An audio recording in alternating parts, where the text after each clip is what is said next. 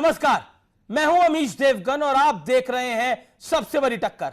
और आज मेरे साथ मौजूद है उत्तर प्रदेश ही नहीं, देश की राजनीति का एक ऐसा चेहरा जो 1996 में समाजवादी पार्टी से जुड़ा। वो इसी साल महासचिव बनाए गए और राज्यसभा भी उसी साल भेजे गए।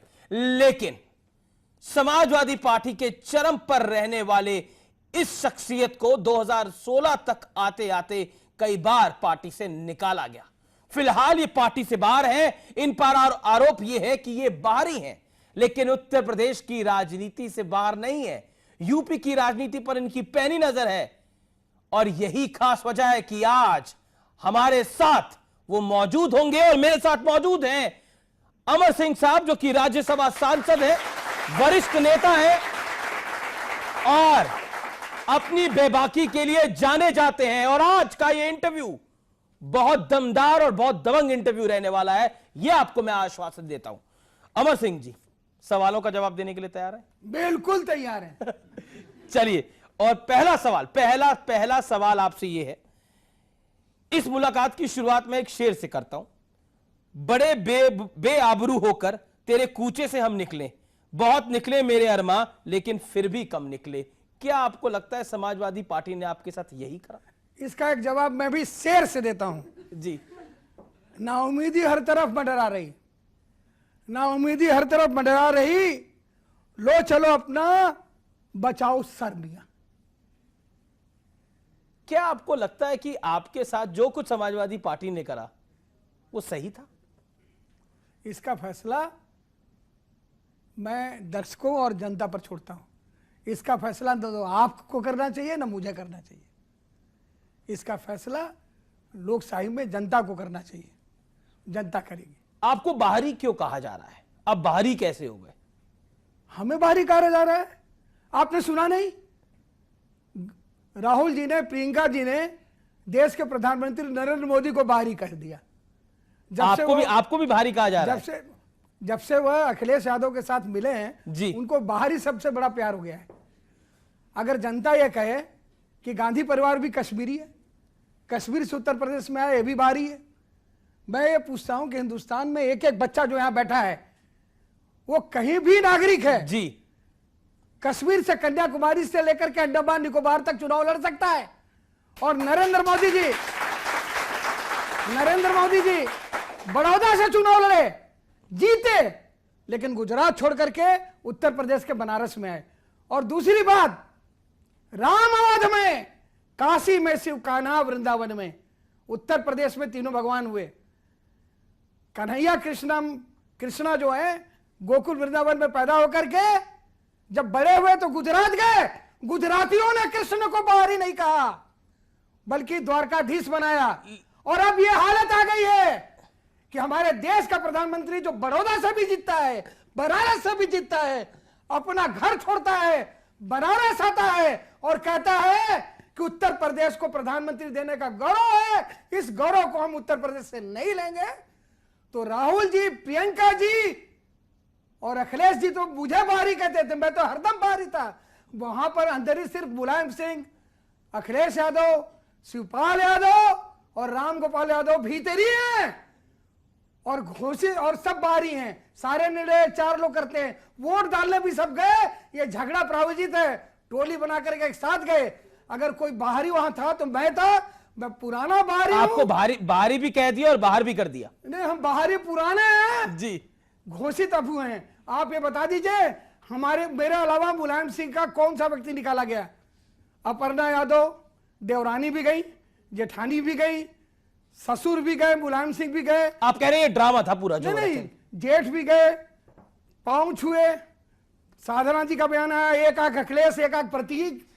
वोट देने गए तो सारी बहुएं उनके साथ गए। मुलायम सिंह से के मुंह में जब माइक डाला गया तो कहने लगे अखिलेश बनेंगे मुख्यमंत्री और सबसे कद्दावर मंत्री बनेंगे शिवपाल। तो ये ड्रामा नहीं तो क्या है? आप कह रहे हैं पूरा ड्रामा है, प्रोजित है, क्योंकि आप ये जो ड्रामा रचा गया उसके आप बीचों बीच थे। इसलिए अब मैं थोड़े कठोर सवाल आपसे पूछूंगा। देखिए, ड्रामा इसलिए है जी कि अगर ड्रामा नहीं होता तो देश में हल्ला नहीं होता, हल्ला नहीं होता तो लोग अखिलेश को जानते नहीं, अखिलेश को जानते नहीं तो पता ही नहीं चलता वो अध्यक्ष हैं। फिर लोग बोलते हैं कि बलात्कार हुआ है। सुल्तानपुर का जो विधायक है, एजेंडा डिरेल करने के लिए या फिर अखिलेश को एजेंडा बनाने के लिए गायत्री प्रजापति ने सामूहिक यौन शोषण किया है, वर्मा ने सुल्तानपुर में किया है, और प्रशासन रपट नहीं लिखती है। रपट, वर्मा की रिपोर्ट जो उसने एक लड़की के साथ सामूहिक बलात्कार किया, हाई कोर्ट। गायत्री प्रजापति जो खनन के राजा हैं, उनकी रिपोर्ट सुप्रीम कोर्ट। लेकिन फिर भी उनका प्रचार शुरू करने भी मुख्यमंत्री गए और उनका प्रचार अब भी मुख्यमंत्री कर रहे हैं। तो उत्तर प्रदेश में अब इसकी चर्चा नहीं होती। उत्तर प्रदेश के चुनाव में मैं तो चुनाव ही नहीं लड़ रहा हूं, तो मुझे लालू प्रसाद, मुझे अखिलेश यादव, मैं आऊंगा उन सब पर आता हूं। ये लोग हमला क्यों करते हैं? मैं उन आरोपों पे आता हूं। अखिलेश यादव साहब, जी इनको अगर चुनाव लड़ना है तो उनसे लड़े जो चुनाव के मैदान में। आप कह रहे हैं आप पे अटैक क्यों करते हैं? आप चुनाव के मैदान में नहीं है। लेकिन आपसे नाराज रहने वालों में आपके भतीजे का भी नाम है, अखिलेश यादव का भी नाम है। वो कहते हैं ऐसा दुश्मन ने नहीं किया जो मेरे साथ अमर सिंह कर रहे हैं। देखिए, बुलंदी पर सभी को पहुंचने की हड़बड़ी सी थी, बुलंदी पर सभी को पहुंचने की हड़बड़ी सी थी। वहां इंसान का निपटा कोई नाता तो कैसे। बुलंदी पर पहुंचने के लिए हमसे क्या झगड़ा है? मेरे बाप मुलायम सिंह यादव कुर्सी नहीं दूंगा। मुख्यमंत्री का पद तुमने दे दिया, अध्यक्ष का पद दो, नहीं देते हो तो हटाता हूं कान पकड़ के। मेरे चाचा शिवपाल यादव खबरदार, अध्यक्ष ही नहीं दूंगा, नहीं देते हो तो हटाऊंगा कान पकड़ के। मैं अध्यक्ष बना प्रदेश का, मैं अध्यक्ष बना राष्ट्र का, मैं मुख्यमंत्री बनना चाहता हूं। मैं तो उत्तर प्रदेश गया ही नहीं साहब। मैं तो पत्रकारों से दूर रहा, छुपता रहा जैसे कि मैं चोर हूं। आज मुझे पता चला कि बेचारी डायना कैसे मर गई। खाना खा रही थी, पपरा जी पीछे पड़ी, जान बचा के भागी, मर गई। आप नहीं, एक बात बताइए, आप मुझे बताइए, जब वो सब कुछ चल रहा था, मैं वो बात कर रहा हूं दिसंबर के महीने की, और तमाम पत्रकार आपके पीछे थे कि आप एक साउंड बाइट दीजिए, एक छोटा सा इंटरव्यू दीजिए, कहानी खोलिए क्या थी। आज इस मंच पर नेटवर्क 18 के अमर सिंह कहानी खोलेंगे कि क्या था, क्या कुछ हुआ था जब झगड़ा हुआ था मुलायम सिंह यादव और अखिलेश यादव के बीच में। तब क्या हुआ था असल में? कोई झगड़ा नहीं था। यह नई बात बता रहे हैं आप। मुलायम सिंह चाहते थे लगाम में रहे बेटा, थोड़ा कस दे। बेटे ने कहा पिताजी लगाम लगाएंगे, मैं आपको लगाम लगा करके आप पर सवार हो जाता हूं।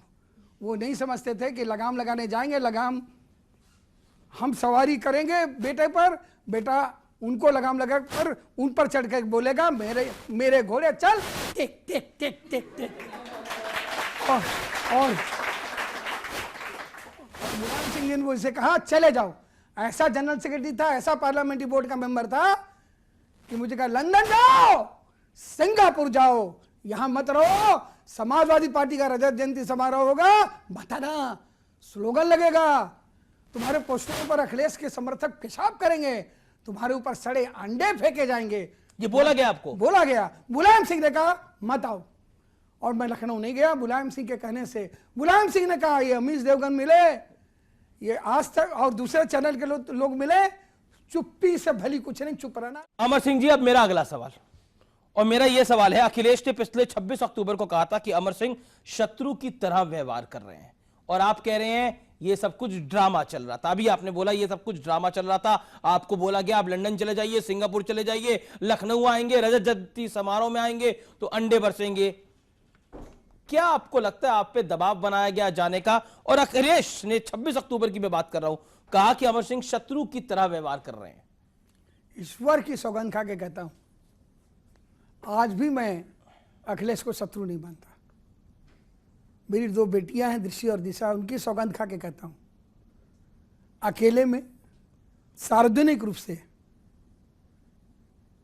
जिस लड़की की मैंने पहली नौकरी लगाई हो, जिसको मैं पढ़ाने ऑस्ट्रेलिया ले गया हूं, पिता के तीखे विरोध के बावजूद, उनके क्रोध को सह करके जिसका विवाह कराया हो,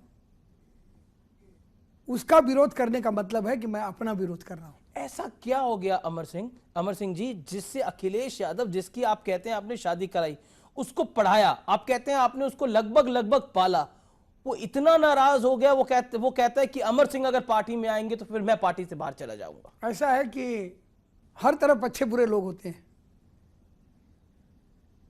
राम गोपाल जी ने मुलायम सिंह जी के प्रति और अखिलेश और मेरे प्रति और उनके सहयोगी नरेश अग्रवाल जी, अभी हाल ही में दिल्ली में एक आयकर की बहुत बड़ी छापामारी हुई थी, उसमें दिल्ली की सुप्रसिद्ध नगर वधुओं की डायरी मिली थी और उन नगर वधुओं के घनिष्ठ मित्रों की सूची थी। बहुत बड़े पैमाने पर उसका प्रकाशन भी हुआ था। उन तमाम नगर वधुओं के अभिन्न मित्र के रूप में नरेश अग्रवाल जी का नाम था। मैं ऐसे धन्य लोगों का बहुत नमन और प्रणाम करता हूं। तो उन्हीं नरेश अग्रवाल और रामगोपाल यादव ने राज्यसभा में आपकी सीट भी पीछे करा दी। अब बहुत अच्छा किया, कहा आप उनके साथ नहीं बैठेंगे, अब आप पीछे बैठेंगे। देखिए बहुत अच्छा किया, क्योंकि पीछे की सीट सबसे सुरक्षित होती है। यहां पर भी जो सबसे पीछे हमारा साथी बैठा है जी, उसको कोई आयोजक ये नहीं कह सकता कि पीछे जाइए।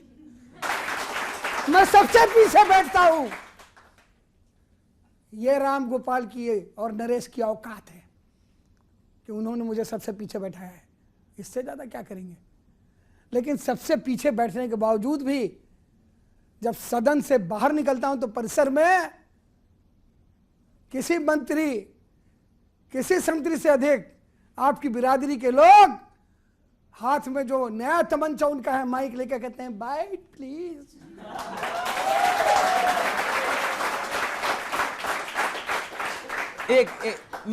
मैं कुछ बातें आपको बताना चाहता हूं जो कुछ लोगों ने आपके लिए कही है, कुछ तो आपने अपने लिए खुद कह दी है। आपने कहा अब मैं खुला सांडू, जो हरी जगह मिलेगी वहां चला जाऊंगा। क्या मतलब है इसका? क्या मतलब है बताइए। जब आप बताइए। मैं बताऊं, सुनेंगे? बिल्कुल सुनने के लिए हूं आज। 20 मिनट टोकिएगा? नहीं टोकूंगा, बताइए। मैं कट्टर हिंदू। जी। हिंदू धर्म में जानवरों को बड़ा प्यार करते हैं, उनको काट के खाते नहीं। शंकर के गले का आभूषण सांप हम नाग पंचमी बनाते हैं। भगवान गणेश की पूजा करते हैं तो उनके चूहे के लिए मोदक लाते हैं। सरस्वती को वंदना करते हैं तो हंस को भी प्रणाम करते हैं। विष्णु को याद करते हैं तो गरुड़ का स्मरण करते हैं। और उस शेष नाग को भी याद करते हैं जिस पर वो, जो उनका शयन कक्ष। शंकर की जहां जहां मूर्ति है, हम गाय को माता कहते हैं, उसका दुग्धपान करते हैं, गौशाला चलाते हैं, काट के उसको खाते नहीं। और सांड कहिए, बैल कहिए, वह खेतों में उसका उपयोग होता है। एक बहुत बड़ी प्रजाति का वो सृजन करता है। और बनारस में मैंने ये कहा, भगवान शंकर का नंदी है वो। और भगवान शंकर समाज के सारे विष को पीने वाले नीलकंठ, जहर को ग्रहण करने वाले, ताकि सृष्टि में जहर न रहे, कम जहर रहे। और बहुत सामान्य चीजों से प्रसन्न होने वाले देव, भस्म, जल और बेलपत्र, मैं उनका की आराधना करता हूं। मैं गौरवान्वित होता हूं अगर मुझे लोग शंकर का नंदी कहें। इसलिए मैं शिवरात्रि के दिन 24 तारीख को, आप बताइए, आपको आपके भतीजे ने निकाल दिया है, आप कहां हैं? मैंने कहा निकाल दिया, मैं निकल गया हूं। नहीं गए, अब आप क्या करेंगे? मैं इधर जाऊं या उधर जाऊं? आप बताएं कि मैं किधर जाऊं? क्या करेंगे आप? क्या है आपका राजनीतिक पड़ाव? आप तो अब अटैच्ड नहीं हैं, डिटैच्ड हैं। आपको छोड़ दिया भतीजे ने, निकाल दिया बेइज्जत करके। क्या करेंगे आप? मैंने कहा भैया मेरी स्थिति छुट्टे सांड की तरह है जो भटक रहा है यत्र तत्र सर्वत्र। जहां हरा दिखेगा चरेगा। तो हरा दिख रहा है कहीं? जी हरा दिख रहा है कहीं? हाँ दिख रहा है। कहां पर? कहीं आपको ना खा लूं आपकी जैकेट। अभी फिलहाल आपको हरा कहीं नहीं दिख रहा, सिर्फ इधर दिख रहा है। हाँ, आपकी जैकेट आप मेरी जैकेट में देख रहे हो, मेरी जैकेट में हरा नहीं है, पर मैं एक फिर भी हरे की तरह है। अच्छा, कहाँ हरियाली, कहाँ कहीं कहीं नजर आ रही है? अमर सिंह को बीजेपी में हरियाली नजर आ रही है, अमर सिंह को बीएसपी में हरियाली नजर आ रही है, कहाँ नजर आ रही है? आप थोड़ा हरा मुझे बीजेपी में दिखता है उनके झंडे में। ऐसा दिखता है जी, आपको प्रामाणिक सूचना मिले तो मुझे प्रमाणिक सूचना भी है कि उनके झंडे में हरा रंग है, हरा और भगवाई तो है उनके झंडे का। हरा भगवा है। अगर आपको उसमें दिख रहा है कि उसमें कुछ प्रामाणिकता है तो मुझसे जरा आप बताइएगा। मैं आपसे पूछ रहा हूँ मैं आपसे। मुझे तो नहीं लगता, क्योंकि अभी तक मेरी बीजेपी के किसी नेता से, क्योंकि कुछ लोग आपको बीजेपी का दलाल भी कहते हैं। दलाल? आजम खान ने तो ये दलाल शब्द यूज भी किया। अरे दलाल तो बड़ा अच्छा शब्द है। अगर दलाल ना हो तो लड़के लड़की की शादी नहीं हो। पंडित भी दलाल है। अगर दलाल ना हो, अगर दलाल ना हो तो एक दिल्ली का बड़ा अखबार वो चलता ही है दलाली पर। वो विवाह के कार्यक्रम को खबर के लिए लोग नहीं लेते कि इस अखबार में मौत की खबर कि कौन कौन मर गए और कौन लड़का लड़की जवान हुआ, कौन किस जाति और संप्रदाय के हैं, उसको देखने के लिए मिलते हैं जी। तो और जो डिप्लोमेट होता है, जो चीन और भारत के बीच में, चीन और इंग्लैंड और रूस के बीच में समन्वय करता है, समन्वयक को दलाल कहते हैं। तो फिर ये तो बात गलत हो गई कि मैं जो तोड़ता हूं, या तो मैं तोड़ता हूं या दलाल हूं। दलाल तो तोड़ता है, दलाल समन्वयक होता है। दलाल वो आप पे आरोप लगा कि आप बीजेपी के एजेंडे पे काम कर रहे हैं, बीजेपी आपसे काम करवा रही है, ये आप पे आरोप लगा? बीजेपी का कौन सा एजेंडे पर मैंने काम किया? नीतीश कुमार ने क्या नोटबंदी का समर्थन नहीं किया? तो लालू उनके साथ सरकार क्यों चला रहे हैं? नीतीश कुमार ने क्या, लालू जी ने जिस शहाबुद्दीन को, जिसने तेजाब से नहला करके 3 लोगों की हत्या की, उसको दामाद की तरह उसका स्वागत किया और उसकी नकेल पकड़कर कमर में डोरी बंधवा करके खिंचवा करके उसको वहां के वीआईपी ट्रीटमेंट से तिहाड़ के जेल में सड़ाने का काम नीतीश कुमार ने नहीं किया। तो क्या वो बीजेपी के दल है? एक सवाल क्यों नहीं लालू? क्यों नहीं लालू? लालू कहते हैं आप परिवार को तोड़ने का काम कर रहे हैं, आप परिवार को तोड़ेंगे और उससे, यानी यादव परिवार को आप तोड़ेंगे, उसका फायदा बीजेपी को मिलेगा। ये लालू प्रसाद यादव ने बोला है, ताजा जानकारी है। अपने सब्दी मुलायम सिंह से बात करें और अपने इस बात की तस्दीक करवा दें। अगर मुलायम सिंह कहेंगे तो मैं मान लूंगा। लालू को क्या कहना चाहते हैं? बात मुलायम सिंह की है, उनके बेटे की है। आ गए दाल भात में मूसल चंद लालू। पहले वो जानवरों का खाना खाना बंद करें, 6 साल तक चुनाव नहीं लड़ सकते और 24 तारीख को अपनी अम्मा की खैर मनाए। अगर सजा हो गई तो शशिकला के बगल की जेल में जाएंगे। पर लालू भी तो उन्हीं मुलायम सिंह यादव के समधी हैं। अब समधी हैं, लेकिन चारा भक्षी समधी हैं। जानवर का चारा भी नहीं छोड़ते। और उनके ऊपर यह आरोप अमर सिंह नहीं लगा रहे हैं, जिनके सहयोग से सरकार चला रहे हैं। नीतीश कुमार ने कहा यह चारा जी। मैं आपको एग्जैक्टली बताना चाहता हूं अमर सिंह लालू ने क्या कहा। लालू यादव ने कहा कि आप घर तोड़ने में माहिर हैं। लालू जी जानवरों का चारा खाने में माहिर हैं, ये मैं नहीं, नीतीश कुमार कह रहा है। लालू जी को बचाने के लिए मनमोहन सिंह कानून बनाते हैं, उसको फाड़ के फेंकने में राहुल गांधी माहिर हैं। लालू जी अगर जेल गए तो नीतीश जी ने भेजा, और लालू जी 6 साल तक चुनाव नहीं लड़ सकते हैं। मेरी लालू जी से बहुत सहानुभूति है। वो पागल हो गए, विक्षिप्त हो गए। उनको लगता है कि 4 दिन बाद शशिकला की तरह हथकड़ी लगा करके जेल में वो चक्की पीसेंगे। अच्छा, एक और सवाल मेरा आपसे। आजम खान की मैं बात करता हूं, और आजम खान ने क्या बोला? उन्होंने कहा, भरे मन से कहा आपको कि आप दलाल हैं।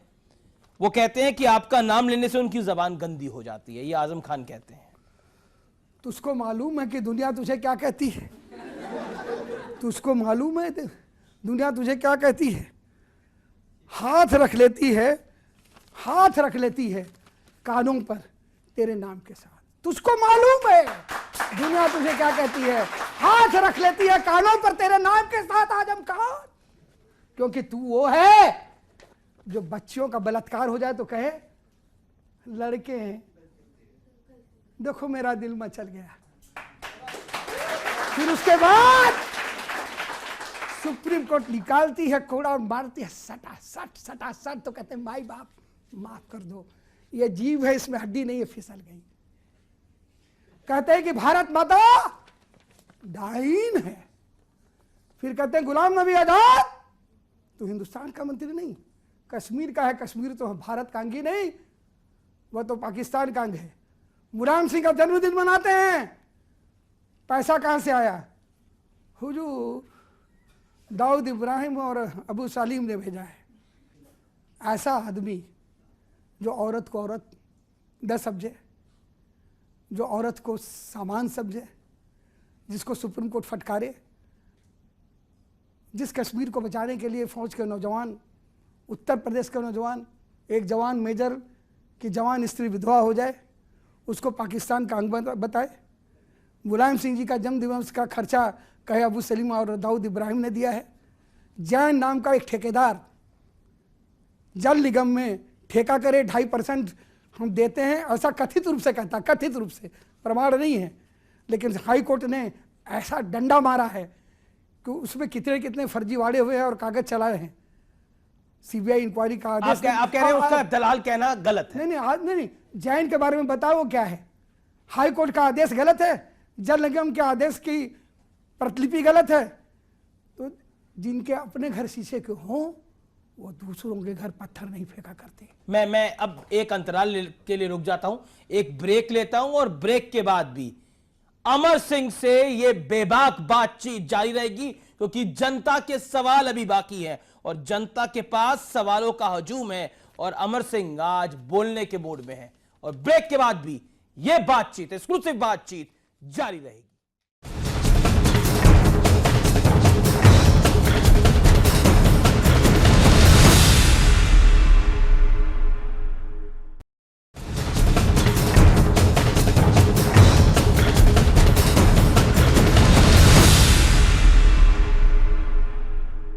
Welcome back. आप देख रहे हैं हमारी एक्सक्लूसिव बातचीत, बेबाक बातचीत अमर सिंह साहब के साथ। अमर सिंह साहब, ये दूसरा दौर है जी जी जी। एक सवाल मेरा आप सुन लीजिए, फिर उसके बाद आप कह दीजिएगा, क्योंकि आप ब्रेक से पहले कश्मीर की बात कर रहे थे और मैंने सवाल आपसे दलाली पे पूछा था, जो कि आजम खान का आरोप है।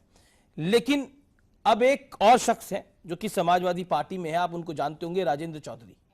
राजेंद्र चौधरी कहते हैं कि प्रधानमंत्री और अमित शाह आतंकवादी है। अखिलेश यादव खुद कह रहे हैं कि अमिताभ बच्चन गुजरात के गधों का प्रचार बंद कर दे। पहले सुनिए राजेंद्र चौधरी के बारे में जी।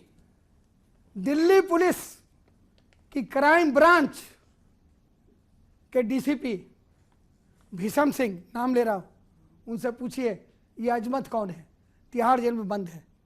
ये अजमत आजम खान के लगते जिगर, समाजवादी पार्टी का राज्यसभा का सांसद मुनव्वर सलीम का निजी सचिव है, उनके घर से पकड़ा गया और पाकिस्तान दूतावास को भारत की गंभीर खबरें सदियों से दे रहा था। एनआईए को मालूम है, भीषम सिंह को मालूम है, दिल्ली पुलिस की क्राइम ब्रांच को मालूम है। रोज रोज भाषण देने वाले नरेंद्र मोदी से मैं कहता हूं, ये मुनव्वर सलीम और आजम खान बाहर कैसे घूम रहे हैं। नाम लेके बोल रहा हूं, चुनौती देकर, विनम्रता के साथ। तिहाड़ जेल में अजमत बंद है, एनआईए पकड़ के सवाल करे, पूछे मुनव्वर सलीम के घर में उनके निजी सचिव रहकर तुमने पाकिस्तान के साथ जासूसी क्यों की? हमारे जवान मर रहे हैं, अजमत जेल में दामाद बनकर रोटियां खा रहा है, मुनव्वर सलीम राज्यसभा में झंडे लहरा रहे हैं। राजेंद्र चौधरी अजमत की बात कर, राजेंद्र चौधरी अपने एमपी मुनव्वर सलीम की बात कर, राजेंद्र चौधरी आजम खान की बात कर, जो भारत माता को डांट और कश्मीर को पाकिस्तान कहता है। सबसे बड़ा आतंकवादी तू है, तेरे लोग हैं जो पाकिस्तान के जासूसों को अपने घर में पनाह देते। पर राजेंद्र चौधरी अखिलेश यादव के राजेंद्र चौधरी अखिलेश यादव के बेहद करीबी हैं। अंदाजा लगा लो यार, ताल से ताल मिला ले, तार से तार जोड़ ले, जोत से जोत जलाते चलो, आतंक की आग जलाते चलो। राह में आए जो सुखी जन, सबको काट काट के मारते चलो। अखिलेश यादव खुद कह रहे हैं कि अमिताभ बच्चन गुजरात के गधों का प्रचार बंद करें। इस बयान को आप कैसे देखते हैं? प्रतीकात्मक रूप से प्रधानमंत्री को जो कह रहे हैं मैं नहीं कहूंगा, लेकिन एक चीज मैं बता दूं, किसी बड़े आदमी को आप गाली दोगे ना, फिर आप कहोगे मैं बीजेपी का दल्ला हूं। प्रधानमंत्री आरएसएस का नहीं होता, बीजेपी का नहीं होता, देश का होता है। इन बच्चों के वोट से उसका निर्वाचन होता है। जब मैं इनकी उम्र का था, प्रधानमंत्री लाल बहादुर शास्त्री थे, देश में खाना नहीं था, अमेरिका से गेहूं आ रहा था। एक दिन रो के कहे, भाई और बहनों गेहूं नहीं है, अमेरिका से लाना पड़ रहा है, आप तो कृपा करके सोमवार को खाना बंद कर दीजिए। हमारे घर में सोमवार को चूल्हा जलना बंद हो गया। प्रधानमंत्री है नरेंद्र मोदी, कांग्रेस न माने, मुलायम सिंह न माने, अखिलेश यादव न माने, लेकिन प्रधानमंत्री तो रहेंगे अभी 2.5 साल हैं, और उसके बाद भी अगर ये चाहेंगे तो रहेंगे। उन्होंने भी रो के कहा, भाई और बहनों काली अर्थव्यवस्था चल रही है। मैंने वीआरएस की स्कीम निकाली और कहा काला धन दे के सफेद कर लो, पैसे नहीं आए तो कहे खून के आंसू रुलाऊंगा। नोटबंदी कर दिया और कहा कि 50 दिन का समय दे दो, 50 दिन में सब सही हो जाएगा। लाखों करोड़ रुपया जो काला धन बाहर था, काला बाजारियों के मुंह में उंगली में हाथ डाल करके निकाल करके बैंकों में जमा कर दिया। अब मैं इस जनता से पूछता हूं, 50 दिन तक अगर प्रधानमंत्री ने सहने के लिए कहा, तो सहने के बाद क्या आज वो हालत है जो पहले थी? क्या आज आप उतने दुखी हैं जितना पहले थे? और नोटबंदी क्या गलत थी? आप बताइए, हाँ या ना में जोर से बोलिए, गलत थी? ये जनता की आवाज है, ये आने वाले कल की आवाज है। ये अखिलेश यादव जो नरेंद्र मोदी को चाहे गधा कह ले और चाहे राजेंद्र चौधरी आतंकवादी कह ले, ये आने वाले कल की आवाज है, आगाज है। और कल की आवाज 11 तारीख को ऐसे गूंजेगी कि जिसने नरेंद्र मोदी को गर्दभ कहा है, और इसका जवाब तो वो देंगे अमिताभ बच्चन, जिनकी पत्नी लहरा के, बलखा के, इठला के, अखिलेश यादव की पत्नी के बगल में खड़े होकर के खूब लिपस्टिक लगा के, गालों में रूज लगा के कहती हैं, confusion, no confusion, no mistake, only cycle, only Akhilesh.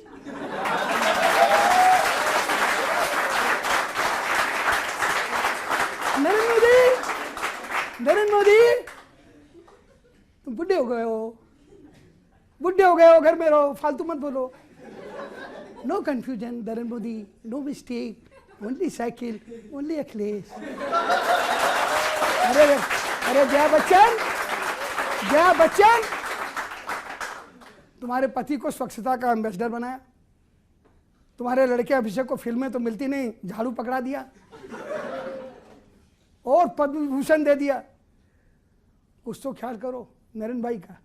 Kutch का, और जो गधा जिसको कह रहे हैं वो कच्छ का रण है। कच्छ का रण, गुजरात के गिर का शेर, और जो बाहरी कह रहे हैं ना, वही हमारे कृष्ण लला जो गोकुल वृंदावन से द्वारका गए। द्वारका का मंदिर है कृष्ण उत्तर प्रदेश के, लेकिन किसी गुजराती से आप मिल लीजिए, प्रणाम नमस्कार नहीं करता। उत्तर प्रदेश में पैदा हुए कृष्ण लला का नाम लेकर कहते हैं जय श्री कृष्ण। उत्तर प्रदेश के कृष्ण को गुजराती तो इतना मानते हैं, और गुजरात का एक व्यक्ति बड़ौदा छोड़ करके बनारस आ गया, तो राहुल जी, प्रियंका जी, अखिलेश जी कहते हैं कि अंकल अमर सिंह के बाद दूसरा घोषित बाहरी नरेंद्र दामोदर दास मोदी। चलिए अब जनता सुनिए, बुढ़ा कहती है ना जया बच्चन, और अमिताभ बच्चन कहते हैं मैं अभी बहुत जवान हूं, इसलिए उन्होंने एक फिल्म भी बना दी, बुढ़ा होगा तेरा बाप। मैं आपको, क्योंकि अमिताभ बच्चन तो आपके बड़े करीबी रहे हैं, हालांकि अब उतने करीबी नहीं है, पहले तो बहुत करीबी रहे हैं, तो अमिताभ बच्चन के बारे में जो बोला गया अखिलेश यादव द्वारा, आपको उसका दुख है? उनको तो सलाह दी गई। अमिताभ बच्चन को नहीं कहा उन्होंने, उनका बयान सुनिए, गधा दिखाया। और अखिलेश यादव कह रहे हैं, मैं नहीं कह रहा हूं, कोट, एक समय से मैं अखिलेश यादव जो कह रहे हैं वही कह रहा हूं।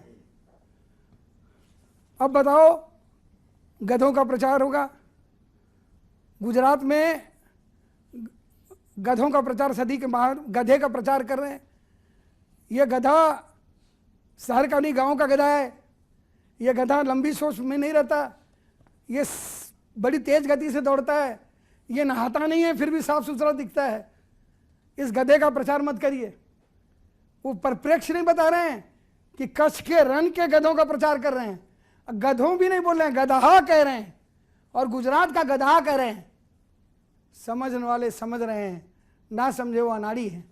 इससे उनका स्तर दिखाई देता है, उनकी सोच दिखाई देती है। और सुनिए, जी मैं आपके माध्यम से अपने सभी उत्तर प्रदेश में चाहने वालों से अपील करता हूं, अपने लोगों से अपील करता हूं, ऐसे अपशब्दों का प्रयोग करने वाला चाहे कोई भी हो, चुनाव में ये जो बटन है ना, ये बटन नहीं तलवार है। मैं ब्रेक के बाद आपसे पूछूंगा ये तलवार किस पे चलने वाली है चुनाव के अंदर। अंतराल ले रहा हूं, लेकिन जनता के सवाल यहां पे तैयार है। ब्रेक के बाद आ रहा हूं, जनता के सवालों के साथ आ रहा हूं, और अमर सिंह साहब से हमारी ये बेबाक और बेहद खास बातचीत जारी रहेगी।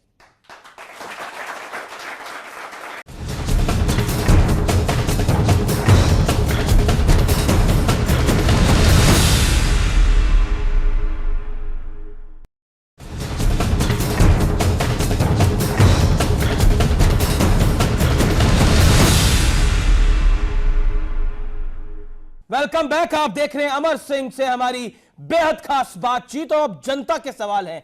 यहां पर हमारे साथ एक युवा हैं, वो एक सवाल पूछना चाहती है अमर सिंह साहब से। क्या सवाल है आपका?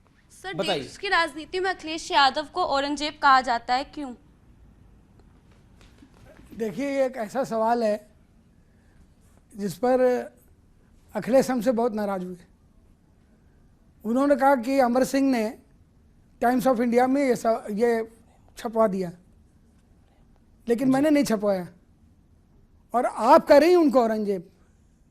औरंगजेब ने अपने बाप शाहजहां को आगरा के लाल किला में बंद कर दिया, अपने भाई तारा सिकों को मरवा डाला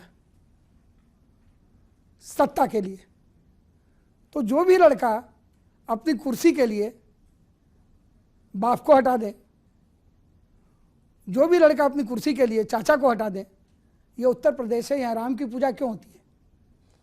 क्योंकि राम का रास तिलक हो रहा था, और राम तापस भेष विशेष उदासी 14 बरस राम बनवासी, पिता की आज्ञा मान करके चले गए। श्रवण कुमार को लोग क्यों मानते हैं? तीर्थ यात्रा करने के लिए माता पिता को कंधे पर लेकर के रहे चले। भीष्म पितामह को क्यों मानते हैं? पिता की इच्छा की पूर्ति करने के लिए जीवन भर अविवाहित रहने की बात कहे। तो जिस देश में राम को भगवान माना गया इसलिए कि वो पिता के भक्त हैं, गुरु के भक्त हैं, वहां पर अगर पिता का कोई विरोध करेगा तो निश्चित रूप से अखबार वाले भी लिखेंगे, और आप ऐसी लड़कियां भी। हाँ, नाम तो आपका ही आया था इसके लिए। नहीं, मेरा कोई इसमें हाथ नहीं।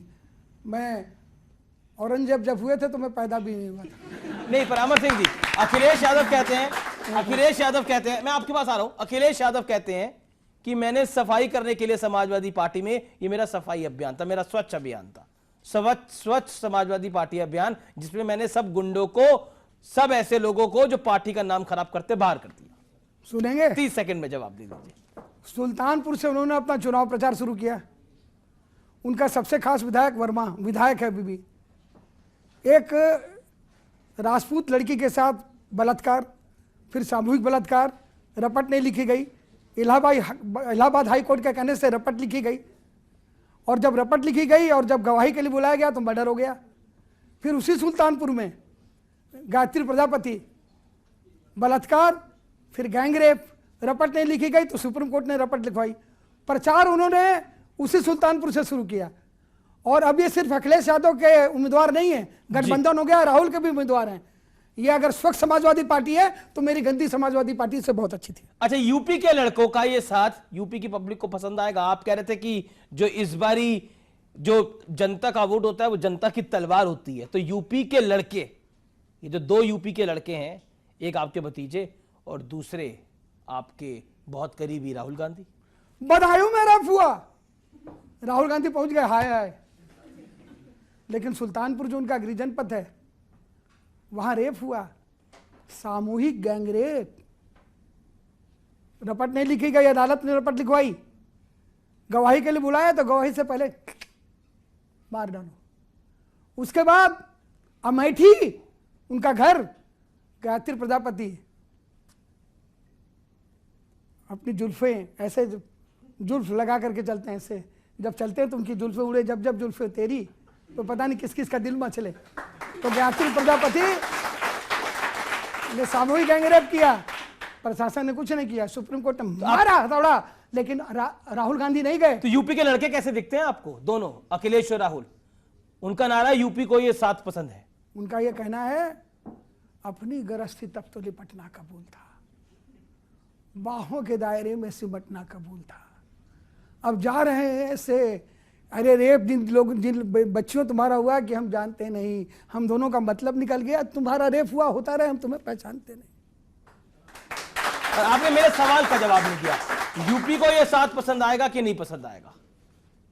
अखिलेश और राहुल का, आपके भतीजे का और आपके करीबी मित्र राहुल गांधी का। ये कहते हैं 300 सीट बनेगी, मैं तो उनको आशीर्वाद देता हूँ यशस्वी भाव, विजय भाव का आशीर्वाद नहीं देता।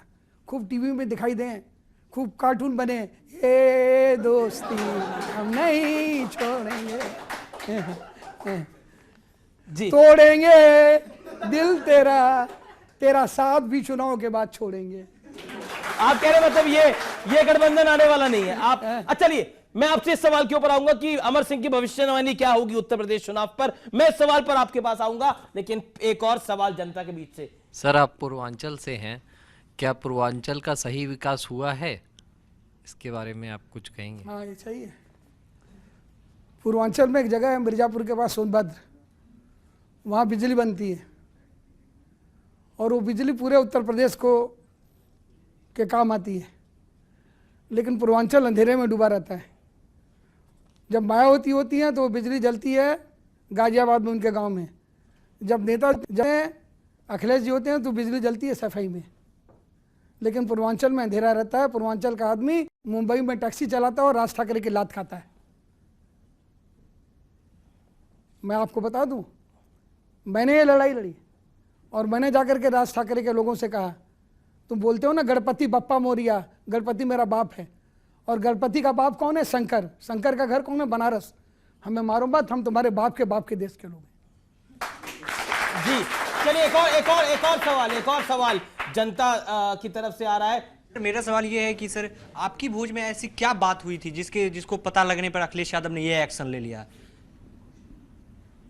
आपकी क्या बात हुई जिससे अखिलेश यादव इतना नाराज हो गए, बोले कि मुझे अमर सिंह नहीं पसंद? बिल्कुल नहीं पसंद है, क्योंकि उनको उनका बाप पसंद नहीं। कुछ तो बात हुई होगी ना आपकी कुछ भोज बात में नहीं ऐसी हुई, कुछ? कुछ बात नहीं हुई। हमें मुख्यमंत्री का पद मिल गया, अब हमें संगठन पर भी कब्जा चाहिए। अंकल आप मेरे बाप के सबसे बड़े आदमी हैं, आप सक्षम हैं, हमारे राह के रोड़ा हट जाइए। लालू जी का नाम ले रहे हैं ना जी। लालू जी ने अपनी लड़की दी है मुलायम सिंह को, लालू ने उनके पांव के नीचे से दरी खींच ली, लालू का बैल चुराया था मुलायम सिंह ने। अच्छा इसी कारण बस ईर्ष्या। अच्छा राजनीति में अंग्रेजी थोड़ी बहुत जानते होंगे, जी। Enemies are enemies okay and friends are jealous. दुश्मन तो दुश्मन होता है जी, जो दोस्त होता है वो जलता है।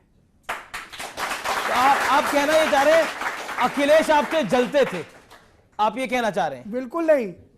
अखिलेश के धर्म पिता जो आजकल हो गए हैं, जिन्होंने मुलायम सिंह की जगह ले ली है, राम गोपाल यादव हमसे जलते थे। राम गोपाल यादव, क्या पीड़ा क्या थी राम गोपाल यादव की? उनकी पीड़ा थी कि मुलायम सिंह का भाई मैं, अखिलेश का चाचा मैं, ये बाहरी आदमी आ गया। अमीश देवगन, आप राम गोपाल को बुला के यहाँ इंटरव्यू लो। आपने यहां तक कह दिया कि राम गोपाल यादव मेरी हत्या करवा सकते हैं। राम गोपाल का विजुअल देखो अपने रिकॉर्ड से। अमर सिंह उत्तर प्रदेश आके दिखाएं, यहाँ से अगर सुरक्षित चले जाएं, इसका मतलब क्या है? उसके बाद हमें सुरक्षा मिली तो कहने लगा बीजेपी के एजेंट है। सुरक्षा तो प्रमोद तिवारी को मिली हुई है Z+, वो बीजेपी का एजेंट नहीं है। और सुरक्षा मुझे मनमोहन सिंह और सोनिया गांधी ने दी हुई है, बल्कि मेरी सुरक्षा बीजेपी ने हटा ली थी।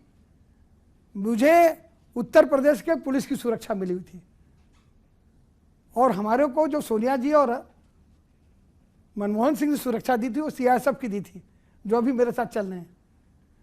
जब रामगोपाल प्रदेश का मालिक है, मुख्यमंत्री का नया धर्म पिता है, और वो कह रहा है अमर सिंह उत्तर प्रदेश आओ, सुरक्षित चले जाना, तो बताना विजुअल है।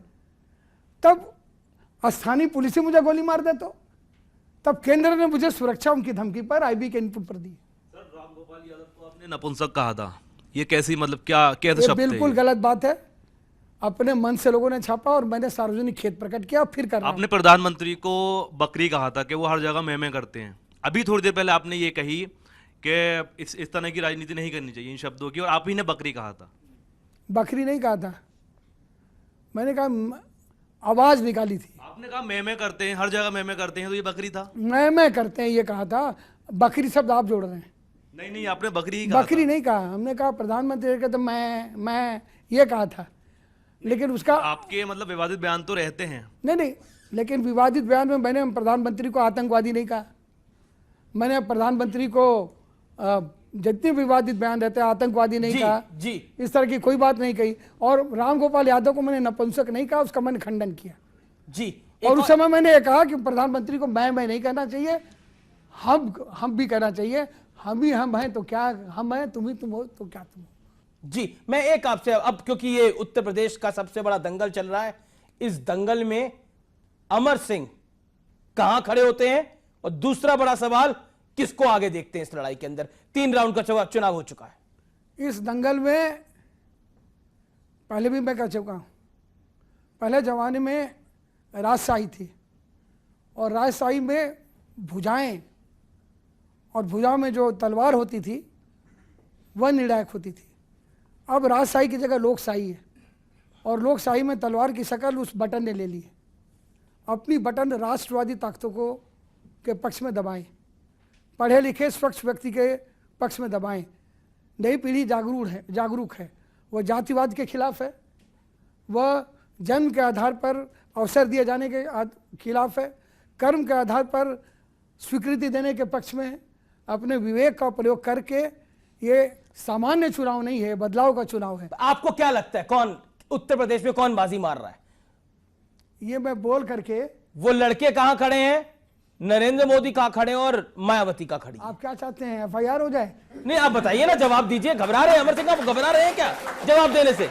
पहली बार लग रहा है आप घबरा रहे हैं जवाब देने से। पहली बार लग रहा है कि आपने कानून का अध्ययन नहीं किया। नहीं, आप सवाल अभी मैं तो पूछ रहा हूं, आपको कौन ऊपर दिखता है? नहीं, सुनिए, बताइए। किसी अखबार के पोर्टल वाले ने लिख दिया था, उन्हें कौन ऊपर लगता है। एफआईआर होकर के अंदर हो गया अखिलेश यादव मुख्यमंत्री। चलिए, अखिलेश यादव चुनाव कैसा लड़ रहे हैं, इस सवाल का जवाब दे दीजिए। सब चुनाव अच्छा लड़ रहे हैं जी, सब चुनाव अच्छा लड़ रहे हैं। देखिए, मुझे आप घेर नहीं पाएंगे, इस क्षेत्र का मैं पुराना महारथी हूँ। लेकिन मैं इतना ये कहूँगा कि, और अपने लोगों से अपील करूँगा, चौरी बेला कुबा जो आजमगढ़ में हैं, बैसवाड़ा में हैं, और अपने तमाम समर्थकों से अपील करूँगा, पढ़े लिखे समर्थ राष्ट्रवादी लोगों को दें। मुख्तार अफजाल को गुंडा कहते थे अखिलेश यादव, लेकिन सुल्तानपुर के और अमेठी के बलात्कारी वर्मा और गायत्री प्रजापति का क्योंकि पक्ष ले रहे हैं। और सुप्रीम कोर्ट के आदेश के बावजूद दुस्साहस देखिए, कहा सुप्रीम कोर्ट ऐसी की तैसी पहुंच गए कल। पर एक बात बताइए, उत्तर प्रदेश में विकास का मुद्दा हावी नहीं है, तुष्टीकरण ध्रुवीकरण का मुद्दा हावी है। विकास का मुद्दा हावी नहीं है उत्तर प्रदेश के चुनाव के अंदर। विकास का मुद्दा कैसे हावी होगा? उस मेट्रो रेल का हवाला दे रहे हैं जो चली नहीं रही है, उस सड़क का हवाला दे रहे हैं जो आधी बनी है। आरोप बीजेपी पे भी लगा देते हैं अखिलेश यादव कि आप तुष्टीकरण की राजनीति कर रहे हैं। आप प्रधानमंत्री पे आरोप लगा दिया कि आपने शमशान की बात क्यों करी, आपने रमजान की बात क्यों करी। आप मरेंगे तो कब्र में जाएंगे, अगर आप भी मरेंगे हम भी मरेंगे तो शमशान चाहिए। प्रधानमंत्री ने कहा शमशान और कब्रिस्तान दोनों चाहिए, मस्जिद भी चाहिए, मंदिर भी चाहिए। मस्जिद इसलिए चाहिए कि आप कुरान पाक के बोल सकें, औजू बिल्लाहि बिस्मिल्लाहि रहमानि रहीम। मंदिर इसलिए चाहिए कि आप कह सके रघुपति राघव राजा राम, पतित पावन सीताराम।